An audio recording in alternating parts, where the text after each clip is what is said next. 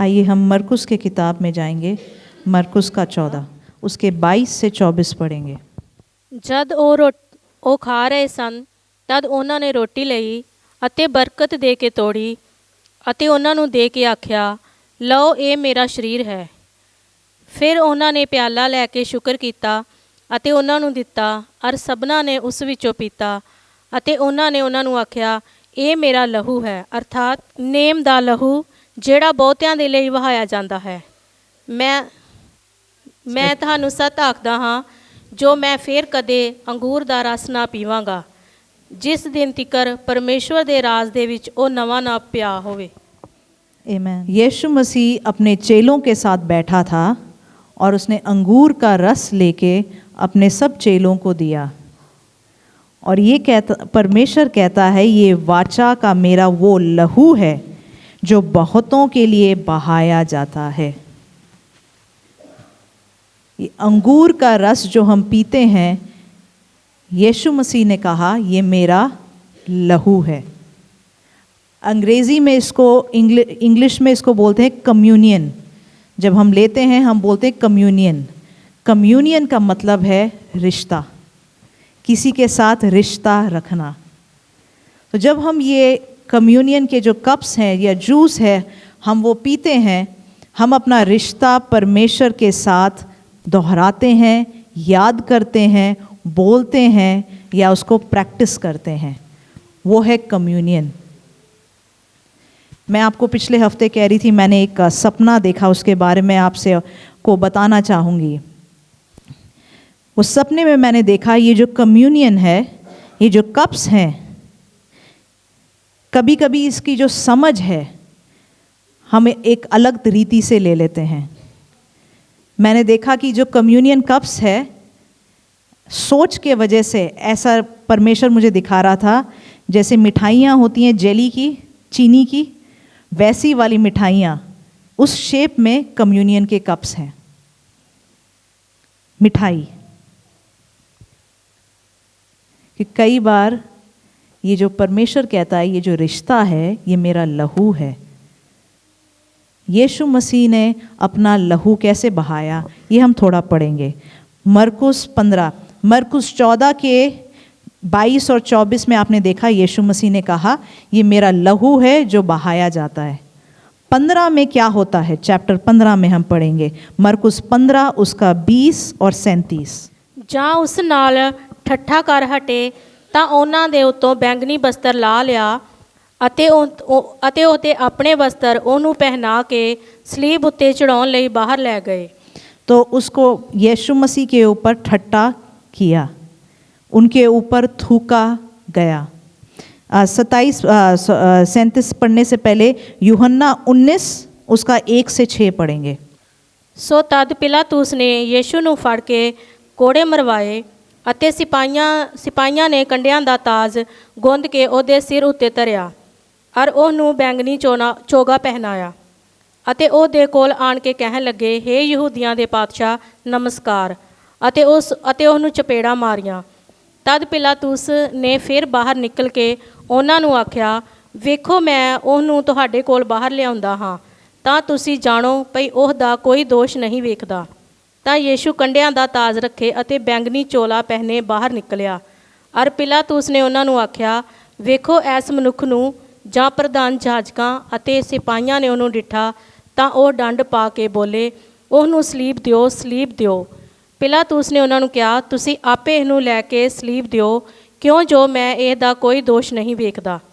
हाँ जी, एक बार और वर्स जो इस पे 3 एक बार और पढ़ेंगे, 2 और 3 एक बार और पढ़ेंगे।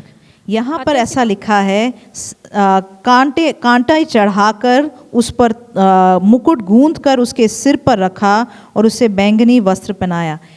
हे यहूदियों के राजा प्रणाम, और उसे थप्पड़ भी मारे। ये जो लहू है ये कैसे निकला? हम कई बार बोलते हैं मैं बीमार हूँ, प्रार्थना कर दीजिए। हम वचन बोलते हैं, उसके क्या वचन है चंगाई के लिए? जोर से बताइए। उसके कोड़े खाने से हम चंगे हुए। हम क्यों बीमारी से चंगाई पाते हैं?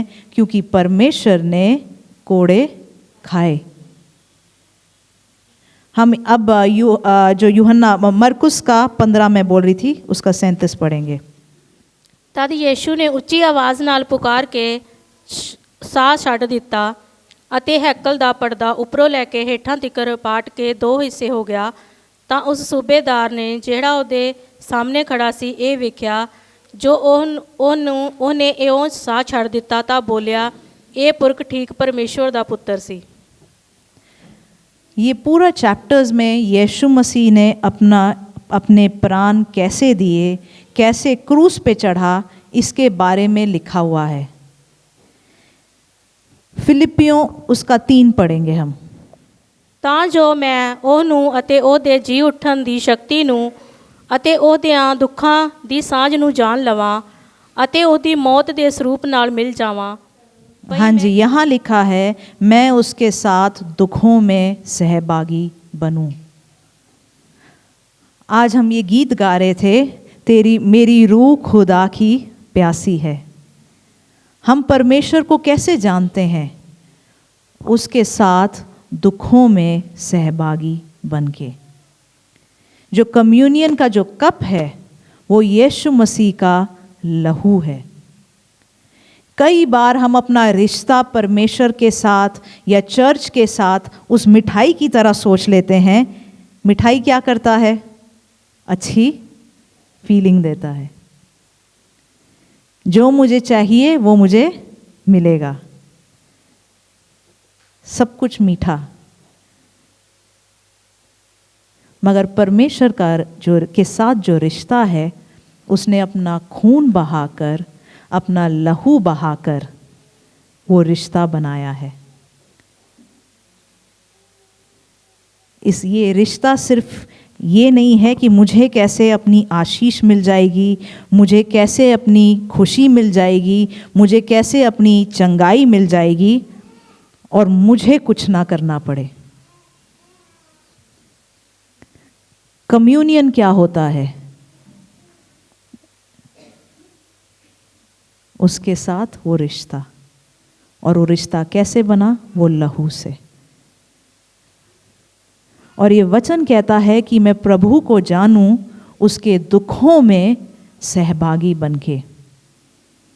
हम कई बार कहते हैं परमेश्वर को मैं जानना चाहता हूं, मगर जानना उसके साथ दुखों में सहभागी होके, उसको कहते हैं कम्युनियन।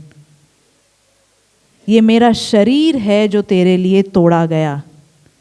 क्या हम इस बात को समझते हैं कि हम अगर चर्च आ रहे हैं, हम अगर आराधना कर रहे हैं या परमेश्वर की तरफ से हमें कोई आशीषें मिल रही हैं, वो इसलिए है क्योंकि उसने कोई बलिदान दिया है।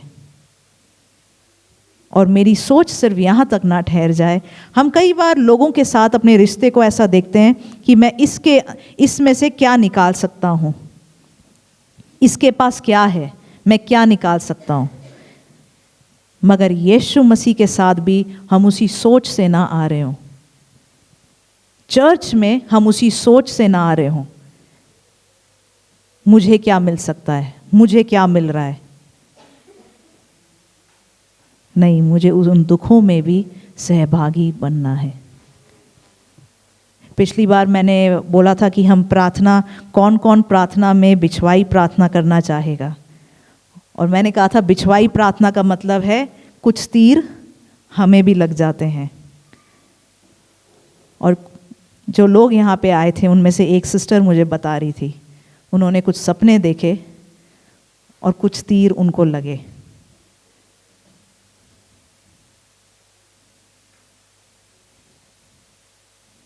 परमेश्वर का राज्य बढ़ाने के लिए बलिदान, उसके दुखों में सहभागी बनने को हम तैयार हों।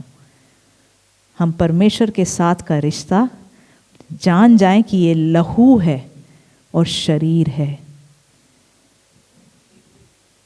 ये मिठाई नहीं जो मेरे को सिर्फ अच्छी फीलिंग दे, जो मुझे चंगा कर दे, जो मुझे आशीषें दे।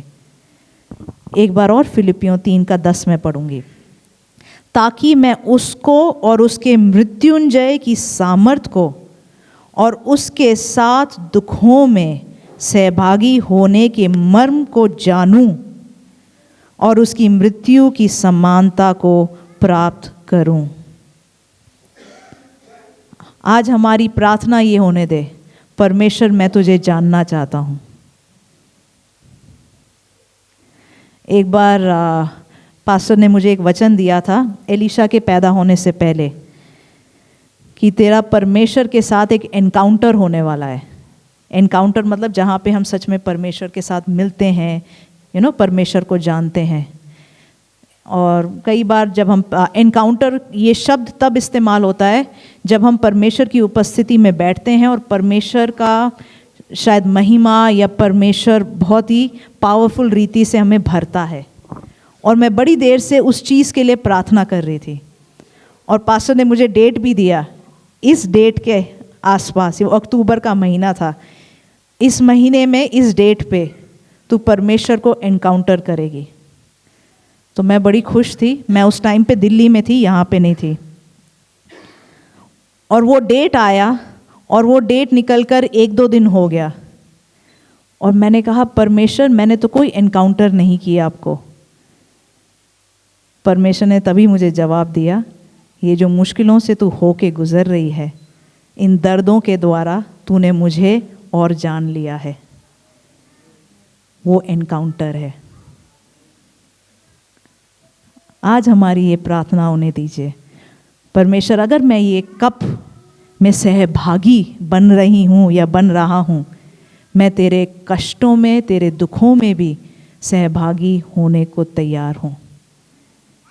इस रिश्ते को मैं समझ जाऊँ। आमीन। आइए।